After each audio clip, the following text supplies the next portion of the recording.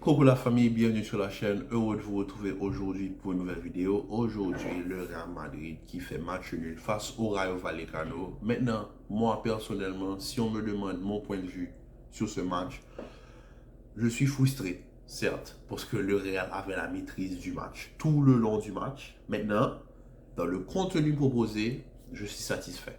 Parce qu'aujourd'hui, on a eu droit à 20 minutes avec le 4-3-3. Et franchement, ça fait plaisir.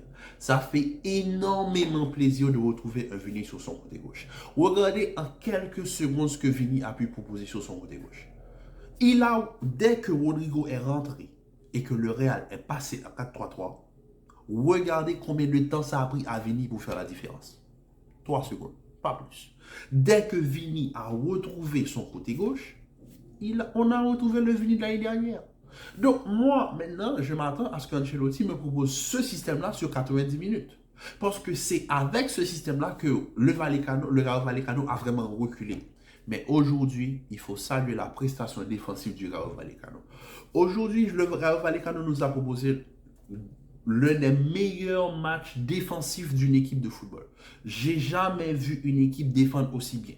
Le jeune Mounine, il n'y a rien à dire. Patésis devant la défense, il n'y avait rien à dire. Les trois là, ils ont fait leur match. Il y avait le losange, le gardien Dimitrievski, le jeune Mounine et Patésis. Ce losange là, ils ont fait leur match. Espino sur le côté, c'était parfait. Défensivement, défensivement, chapeau. Chapeau, je tire mon chapeau au Rayo Vallecano. Je ne suis pas fâché parce que moi, dans le contenu, je suis satisfait de ce que j'ai vu. J'ai vu un Real ayant la maîtrise. J'ai vu un Real jouer sur la largeur. J'ai vu un Real proposer du jeu. J'ai pas vu un Real qui est là dans l'adrénaline, à pousser, à pousser, à pousser. Non, j'ai perdu 2 points. Certes, je suis frustré. Certes, j'ai pas marqué. Certes, mais dans le contenu, je suis satisfait. Parce que des dernières prestations du Real Madrid, c'est la première fois que je regarde un match du Real. Le Real ne marque pas, mais je suis content. Je suis satisfait.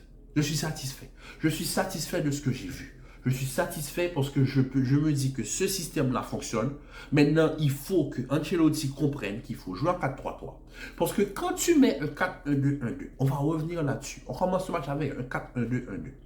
Le 4-1-2-1-2, tu commences le match avec forcément 3 numéro 8, c'est-à-dire que tu n'as même pas un vrai 6. Tu as Camavinga numéro 8, Valverde numéro 8, Modric numéro 8, Bellingham numéro 8. Voilà, 4-8. Donc, voilà, là, tu as la gestion du ballon. Camavinga en première mi-temps, 91% de passes réussies. Le joueur ayant réussi le plus haut pourcentage de passes en première mi-temps, il n'y a fait rien à dire. Il y avait la maîtrise. Mais tu as en attaque un ailier, un attaquant du pivot. Maintenant, dans ton système, c'est qui prend l'autre côté? Parce que quand Vinicius dézone pour aller chercher le ballon, s'il n'y a pas le jeu entre les lignes, Ocelou n'a pas de ballon.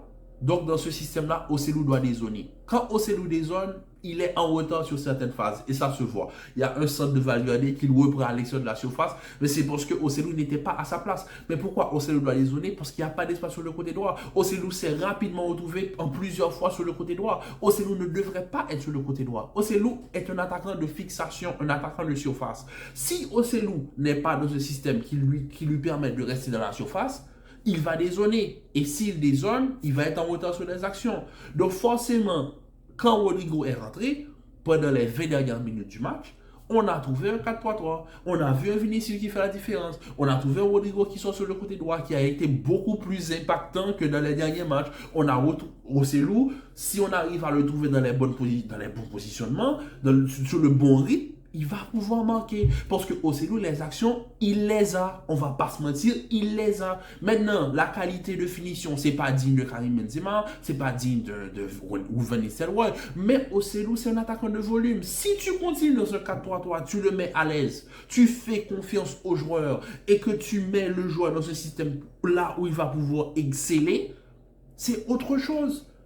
Mais si tu le mets dans ce système, tu le forces à jouer dans un système où il doit complètement dézoner, et c'est en fait de match, quand le joueur a accumulé énormément de kilomètres, tu décides de finalement le mettre dans un système, il est fatigué. Il est fatigué. Donc je ne vais pas critiquer Ocelou sur ce match. Forcément, sa finition, il va la travailler. C'est normal. Mais comme je vous dis, c'est un attaquant de volume. Il doit avoir du temps de jeu sur la continuité pour pouvoir avoir le rendement escompté. Maintenant, si on ne lui donne pas cette confiance-là, ne vous attendez pas à ce que Joselu fasse de la magie sur le terrain. Il ne va pas pouvoir le faire. Et malgré ça, dans le 4-1-2-1-2, il arrive à s'en sortir. Donc déjà là, ça te montre le niveau de professionnalisme du monsieur. Donc déjà, moi, en gros, j'ai rien à dire sur la performance du Real Madrid. Une performance maîtrisée. Forcément, la frustration de ne pas marquer, voilà, on veut se dire, il nous faut un œuf de plus grande qualité. Je suis d'accord avec ça. On est d'accord là-dessus. Mais dans le contenu comparé à ce que le Real nous a habitués ces derniers mois, et même ces dernières semaines, ces dernières années, j'ai finalement eu un match où je suis satisfait du contenu. Je suis satisfait parce qu'aujourd'hui, le Real avait la maîtrise. Le Real a eu les occasions. Le Real a joué dans la largeur. Le Real a joué entre les lignes. Le Real a trouvé les espaces. Maintenant, forcément, il faut plus de qualité en attaque. On est d'accord là-dessus. Donc, forcément, le Real doit recruter un numéro 9. Fran Garcia, aujourd'hui, fait un beau match. Il fait un assez bon match sur son côté gauche. Bon, il sort malheureusement. Voilà, Camavinga rentre sur son côté. Camavinga, quand il joue à gauche, il joue beaucoup mieux. Vinicius, quand il a finalement repris son côté gauche, on a retrouvé le Vinicius l'année dernière. Rodrigo, pareil, quand il rentre sur son côté droit, on voit un Rodrigo beaucoup plus tranchant que le Rodrigo qu'on a eu depuis le mois d'août. Bellingham, dans ce 4-3-3, on voit que voilà, là je retrouve le Bellingham de Dortmund, un Bellingham qui sort de beaucoup plus bas, et c'est ce Bellingham-là que j'aime. Maintenant, forcément, voilà, il n'a pas marqué. Je ne m'attends pas à ce que Bellingham me fasse une saison à 30 buts. Franchement, on ne va pas se mentir. Camavinga fait son match. Valverde, l'action de la première mi-temps, il ne devrait pas la rater, le face-à-face, mais je ne peux pas critiquer Valverde. Quiconque a vu le match, quiconque connaît le Real, si on critique Valverde, c'est que vous ne connaissez pas le Real. Valverde, ce n'est pas un joueur fin, ce n'est pas le joueur finesse, ce n'est pas le joueur qui va te faire le piqué. Valverde, c'est la puissance, c'est le physique. Il ne va pas avoir la lucidité de faire le petit piqué. Et on est en début de match, c'est-à-dire qu'il a quand même assez de lucidité, mais Valverde, ce n'est pas la finesse. Donc, je ne m'attendais pas à ce que Valverde me fasse le piqué. Il rate le face-à-face, ok. C'est-à-dire, là, tu te dis, ok, il peut y avoir des espaces. Mais suite à ce face-à-face raté, Rayo Vallecano s'est adapté et ils ont défendu en bloc. Comme je vous dis, le losange, Dimitrievski, Mounine, le jeune, Pathé 6, ils ont fait le match qu'il fallait. Espino sur le côté, c'était parfait. Défensivement parlant, je salue le Rayo Vallecano. Maintenant aussi, je dois saluer le Real parce que j'ai été satisfait du contenu. Je ne suis pas content de ne pas avoir manqué. Maintenant, je m'attends à voir ce système beaucoup plus souvent pour que les automatismes, on retrouve les automatismes de 4-3-3 pour pouvoir mettre les joueurs en la disposition adéquate pour pouvoir réussir cette saison. Maintenant, je vois que le Real veut aller quelque part et j'espère revoir le 4-3-3 très vite parce que dans les 20 dernières minutes, franchement, je me suis assis et j'ai admiré sur le 4-3-3. Pour ça fait longtemps que je n'ai pas vu ce 4-3-3. Donc franchement, moi, dans le contenu, je suis satisfait. Frustré de perdre 2 points, forcément, parce que c'est un classement et j'ai le Barça et l'Atlético qui me talonnent derrière. Mais le contenu proposé aujourd'hui me satisfait entièrement. Donc, moi, j'aimerais avoir votre avis en commentaire.